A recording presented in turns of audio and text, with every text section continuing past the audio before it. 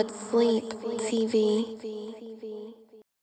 I was about to say, one thing I do want to talk about is drug use in music. Because I've seen a lot of shit lately where niggas is blaming artists for young niggas taking drugs and getting caught up in all this shit. And what I want people to understand is music is a reflection of life. So if niggas is taking a whole bunch of drugs in their music, they gonna talk about it. If the consumer is buying all the drug music, then guess what I'm gonna do? Get their ass some drug music. Because if you look at the history of music, whether we talking about Jimi Hendrix, whether we talking about Elton John, the Beatles, Elvis Presley, the Jacksons, anybody, all these niggas was on dope. All these niggas was smoking weed, popping pills, doing something, taking shrooms, acid. Music and drugs kind of go hand in hand a lot of times because a lot of the people who make music use drugs to get the vibe. So it's like, I don't give a damn what a nigga talking about. Even if a nigga say, man, I started drinking lean because my favorite rapper told me. Well, where do we address the problem or we have some type of mental strip to say, man, them niggas can be doing that shit, but that shit ain't for me. Or even if you try that shit and you get hooked on this shit, you can't blame these niggas because you liked it. Nigga didn't tell you go like the drugs. Nigga told you he doing them. You know what I'm saying? So it's a situation. And then I always see a lot of where the old niggas talk about selling drugs. Yeah, but they ain't talk about using them hoes. So it's like, if we gonna blame the old niggas, then we gotta blame the niggas before them who influenced them. Then we gotta blame the niggas. It's gonna be a never-ending cycle of blame. Let's talk about old niggas versus young niggas. Like, I feel like that's not necessarily a problem here all the way. It's always been a debate. It's always been a debate. It shouldn't be though. Why should it ever be old versus young? That's like your daddy beefing with you because you cooler than him. Yeah. Bro, this shit crazy. The old nigga should always guide, educate, teach, make a way for the youth. Right. Whether it's in this, whether it's in ball, whether it's in whatever field. That's why you have shit called apprenticeships. Because a young nigga don't know the shit, so an old nigga teaching the game and get him ready to go do it. But the problem is, some old niggas don't know how to let go. Some young niggas don't know how to be humble enough to ask for the guidance. So the whole shit is fucked up from both angles. Because you got old niggas that are fighting to stay alive because they don't know how to reinvent themselves and stay relevant and just be them.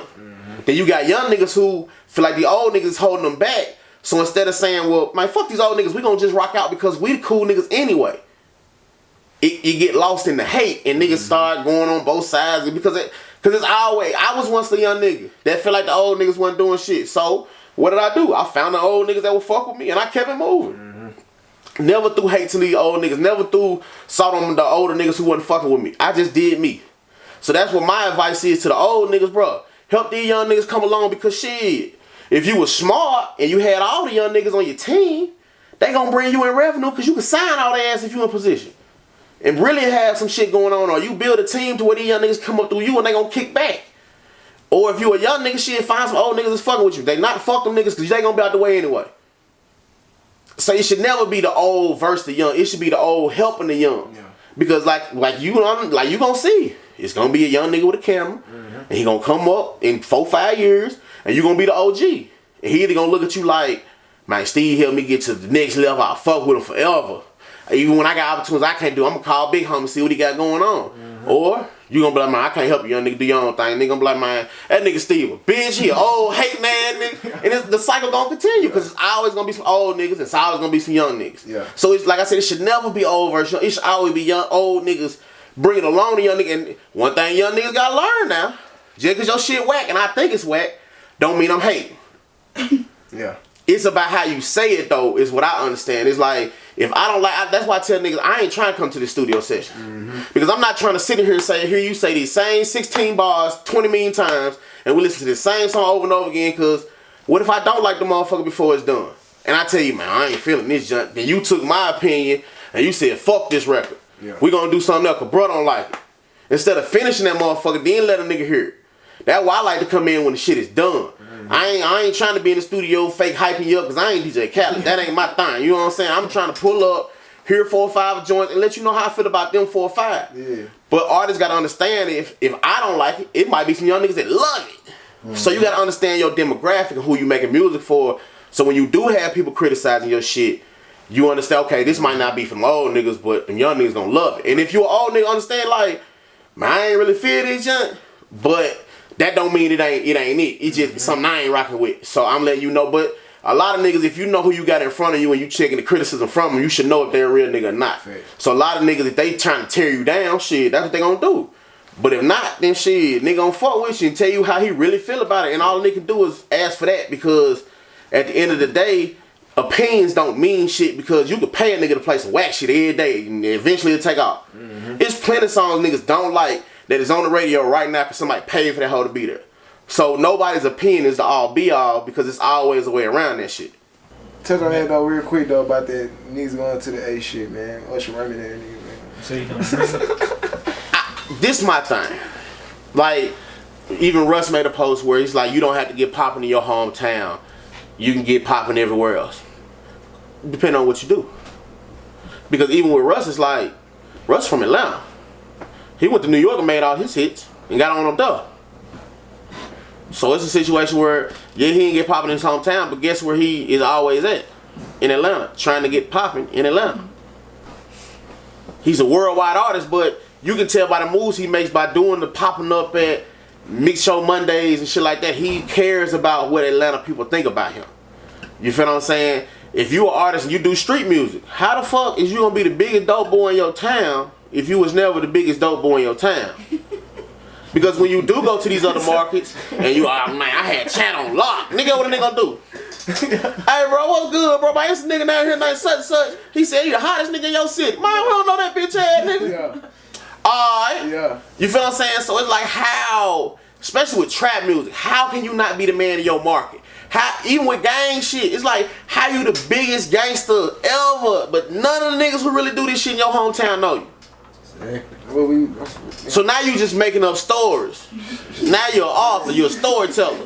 You know what I'm saying? Yeah. Being real, bro, that's like with me with the music shit. If I go around, I tell a whole bunch of man, I'm the hottest DJ in chat. And niggas start calling niggas in chat, niggas be like, man, I don't know who the fuck that nigga is. It's like, how is you the hottest nigga in your city? So that's why I say with the music shit, it's important for some artists to become the hottest in their market depending upon what they talking and dealing with. Right. Now, if you do just rap music, it's just about music, it ain't about no certain town, no certain place, then you don't have to get popping in your town. But your journey to stardom is going to be through the internet. Right. So you're going to have to figure out a way to make yourself popping enough online or go viral enough online to where all these people will then love you and support you and spend money with you. But the easiest way for artists to make some money is build a local fan base. Because think about it like this, if I'm an artist and I got a mixtape, so let's say I put my mixtape out for sale everywhere, we still in the city where, you know, everybody ain't got no motherfucking new car. A lot of these motherfuckers got CD players. Or if you don't got CD players, I got motherfucking flyers with my QR code on to where you can scan and go straight to the link. Pass them shits out, get your shit going to where niggas will spend money with you. You train your clientele. So if I got a project coming out, I'm gonna get 100 shirts and I'm gonna sell them 100 shirts. I'm gonna get 1,000 CDs. I'm gonna sell the CDs or take donations for the download link, and I'm gonna do me a show. I might make $5,000, $10,000 off that. I do it 4 times. You gotta make $40,000, $50,000. That's way more you gonna ever make as a manager at the mall. Execution though, you know. And then if you do it 8 times a year, 2 projects a month, if you can figure that out, shit, or if you can figure out a way to build your clientele, you might do what, 4 mixtapes a month, 4 shows a year. I mean 4 mixtapes a year, 4 shows a year, and make you $80,000 to $100,000. Easy. Figure out a way to get some more money coming in and generate, making some more shit. Build you a catalog. The motherfuckers online, once they start catching on to what you got going on, they gonna go view your back catalog, which is gonna get your numbers simped up way higher. So when CD Baby or TuneCore or DistroKid send you them checks every 2 months, you gonna be straight. Right. There's a lot of niggas that's making money off YouTube views and shit like that. Or even if I got 100,000 plays on every video I drop on YouTube, why I ain't got no YouTube channel? Why I ain't doing vlogs and just putting shit on there so that way I can get me a check out YouTube every week? So it's a situation where you don't have to get hot, but if you're not going to get hot in your market, you're going to have to figure out a way to make yourself relevant online. Now you got a way bigger field of competition because it's a million niggas online. It's only 20 rappers around here really doing something. It's just niggas don't know how to make money off their music, so they then run to these other markets. Because think about it like this, how many niggas you know that got popping in Atlanta that ain't from Atlanta? Yeah. That's it ain't none. Other than like Name me one nigga that I'm talking about rappers. Oh, yeah, I'm not, because you can go down there and get work as a producer. You can go down, there's a million niggas down there rapping. True. You can go down there and get placed to spin as a DJ. But name me one rapper that moved his ass to Atlanta, got some shit going, became a star that ain't from Atlanta. So Waka Flocka, that's it. Waka Flocka grew up in Atlanta. He was a teenager when them folk moved from New York. All his big cons, big homies, and all that shit is from Atlanta. He got put in blood in Atlanta, not New York. True. I was just thinking that's the only person I can think Never of dropped a song in New York. That's from out the city that I know that's in the city. But all them niggas lived there as kids. Gucci Mane, he from Alabama, but nigga moved over there when he was a teenager. Jesus would have to be the only real one, but shit, them niggas was fucking with BMF and them. True. So it was like shit, he was just the niggas from Georgia. But name me a nigga from Tennessee who went down to Atlanta and got on. Oh yeah, that's a rap. Nigga ain't no nigga from Tennessee. Name me a nigga from Alabama. A nigga gotta have Tennessee on. That's what I was telling bro. Like I feel like, and tell me if I'm wrong, as an artist or as anybody that's trying to push an idea and trying to get it outside their city, you gotta have. Once you get outside your city, you definitely gotta have that regional push, like from your home state. Think about it like this, bro. We got 4 markets in Tennessee niggas can kill with. We got Memphis, Nashville, Knoxville, and Chat. How many artists from Chattanooga go to these different places and push their music? Like 3 or 4, that's it. Not a lot. I'm a witness to that. How many niggas from Nashville come down here and push their shit? Nobody. A couple niggas. Niggas be trying to run that to that Hollywood dream, bro. And it's like I said, it's cool if you're not the artist, because you can find work in the industry. Because this is a place where a lot of industry is happening. But as a rapper, if you ain't the man back home, them niggas down there ain't fucking with you. And niggas fuck with niggas from where they from. One of my biggest hurdles in this shit is that I'm not from Chattanooga. You'd be amazed how many niggas say, oh man, I'm trying to fuck with a nigga from the Chat, bro. You know what I'm saying? You doing your thing, but man, I'm trying to fuck with a local nigga. Or how many niggas, I didn't go to high school with all these motherfuckers. I don't know these niggas. You feel me? But when you start lining up them resumes, and you see, oh, fucking with God in there, fucking with Dolphin, fucking with Ross in there, fucking with 2 Chainz in there, fucking with... Damn, this nigga know everybody. Nigga been with everybody. Got the photos and the videos to prove it. With the Migos, with the QCs, with the Street Execs. I love my plug, I'm part of the biggest DJ group in the world with the core DJs.